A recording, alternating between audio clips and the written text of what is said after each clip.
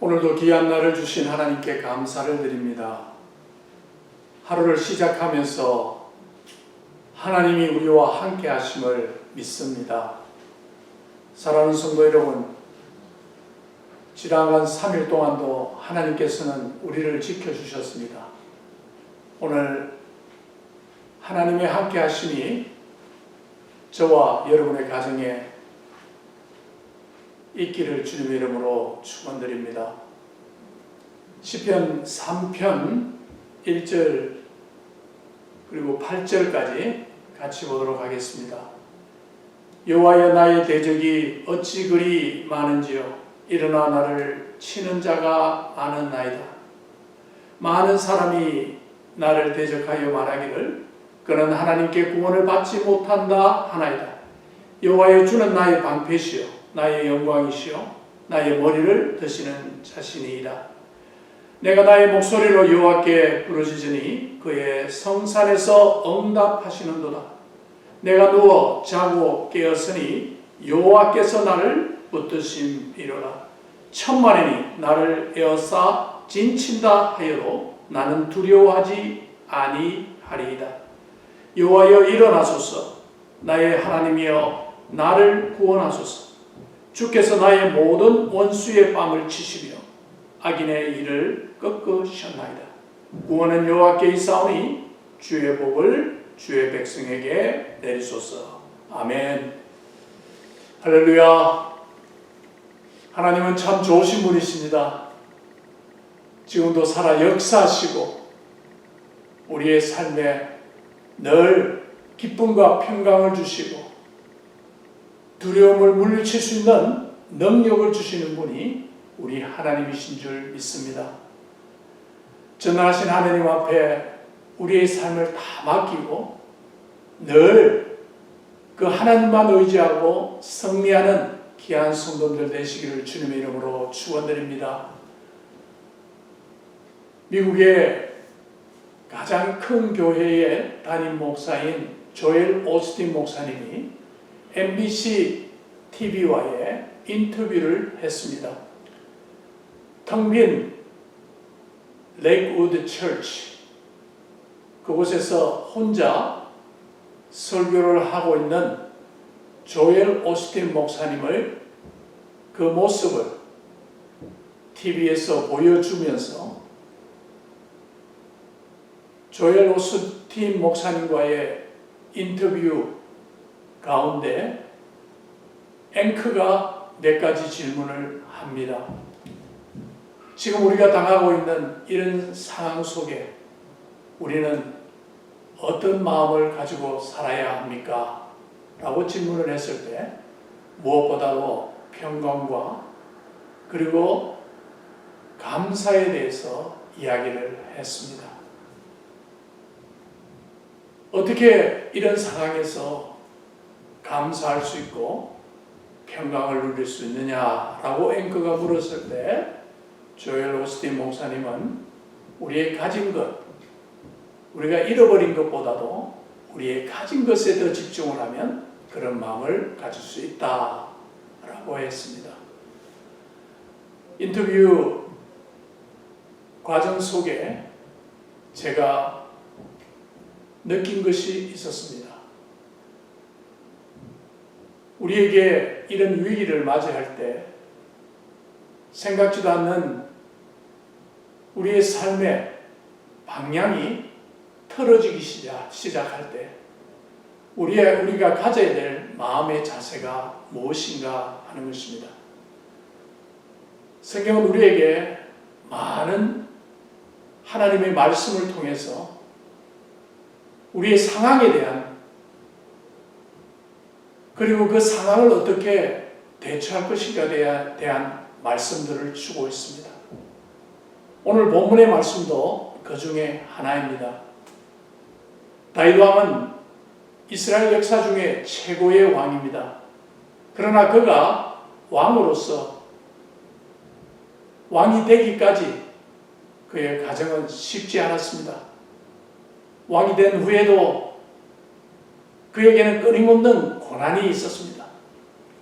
그의 인생의 가장 큰 아픔이라고 한다면 그의 자식이 죽는 것이었고, 또한 그의 자식이 자기를 배반하고 자기를 죽이려고 하는 그러한 엄청난 어려운 상황이었습니다.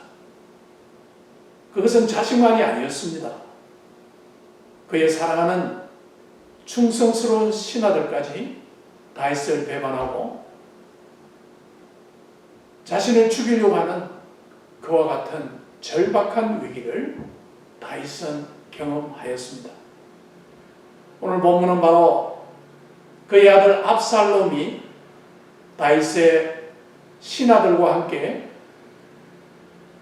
쿠데타를 일으켜서 다윗을 죽음의 위기에 몰고 가는 그런 상황에 다윗이 기록한 말씀입니다. 우리가 아픔을 당할 때 가장 큰 아픔은 우리가 모르는 사람을 통해서 당하는, 다른 사람이, 전혀 우리와 상관이 없는 사람이 우리에게 주는 고통이라는 것은 잊어버리면 됩니다. 쉽게 그것은 우리가 관계를 단절한다든지 더 이상 그 사람과 교제를 끊어버리면 모든 것이 끝이 난다고 할 수가 있습니다. 그러나 가족 안에서 우리가 어려움을 겪게 되어지면 그것은 쉽게 그 고통이 끊어지지가 않습니다. 계속해서 그 고통은 이어지고 말할 수 없는 큰 아픔 속으로 들어갈 때가 많이 있습니다. 오늘 이런 위기 가운데 다윗은 하나님께 나아가서 그의 마음을 토로합니다. 하나님, 나의 대적이 어찌 그리 많은지요. 나를 대적하는 사람들이 너무 많습니다. 나를 치는 자가 너무 많습니다.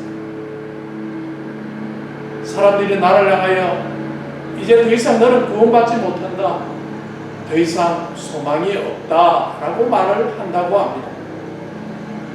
그때에 다윗은 이런 고백을 합니다. 하나님, 당신은 나의 방패시요 당신은 나의 영광이시요 나의 머리를 드시는 자신이다. 그 가운데 다윗은 하나님을 향하여, 하나님, 당신만이 나의 방패십니다. 당신이 나를 막아주셔야만 이 위기가 지나갈 수가 있습니다. 당신이 내 삶의 영광이십니다. 나를 다시 한번 하나님의 영광의 자리로 인도하여 주옵소서. 나의 머리가 지금 숙여져 있습니다. 부끄러움을 당하고 있습니다. 다시 한번 나의 머리를 들 수 있게 해주시는 분이 하나님 당신이십니다 라고 고백을 합니다. 다윗은 하나님 앞에 기도한 것을 볼 수가 있습니다. 그래서 하나님께서 나의 목소리를 듣고 응답하신다는 확신을 가졌습니다. 다윗은 5절에 내가 누워 자고 깨었으니 여호와께서 나를 붙드심이로다. 내가 자고 일어나는 것까지 하나님의 은혜였다 라고 다윗은 고백합니다. 위기 가운데 다시 한번 다윗은 내가 숨 쉬는 것까지, 나의 잠자는 시간, 일어나는 시간, 내 삶의 모든 것이 하나님의 손에 있고 하나님이 다스리시고 하나님이 나를 붙들어 주셨기 때문에 지금 이 자리에 내가 있다라고 고백을 합니다. 다윗은 하나님의 은혜를 다시 한번 깨달았습니다. 사랑하는 성도 여러분, 우리의 삶에 이런저런 위기를 맞이합니다. 지금 당하고 있는 위기는 모든 사람들이 똑같이 겪고 있는 위기라고 할 수가 있습니다. 이런 가운데 우리가 하나님 앞에 하나님의 은혜를 구하는 것, 하나님이 나의 방패시고 나의 구원의 뿌리시여 나를 지켜주시는 자임을 내가 믿습니다. 내가 잠자고 일어나는 것, 하루하루를 살아가는 것, 하나님의 은혜임을 고백합니다. 이것이 바로 우리가 승리할 수 있는 비결입니다. 헨리 라운이 쓴 죽음 가장 큰 선물이라는 책이 있습니다.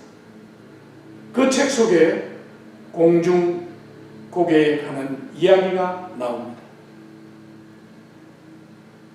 공중고개는 대개 한 사람이 공중 사다리에 거꾸로 매달려 있고 또 한 사람이 이 사다리에서 저 사다리로 날아다닙니다.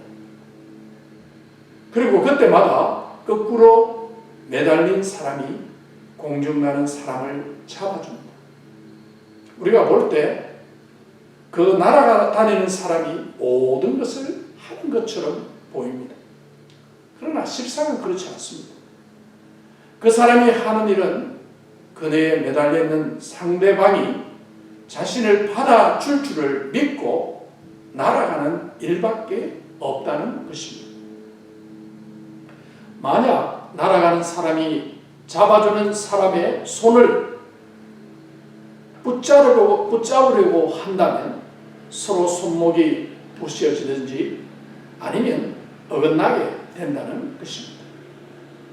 그러므로 그의 상대가 나를 잡아줄 줄을 믿고 날아가야 합니다. 이것이 은혜라는 것입니다. 하나님이 붙잡아 주실 줄 믿고 은혜의 보좌 앞에 나아가서 은혜를 받아야 한다는 것입니다.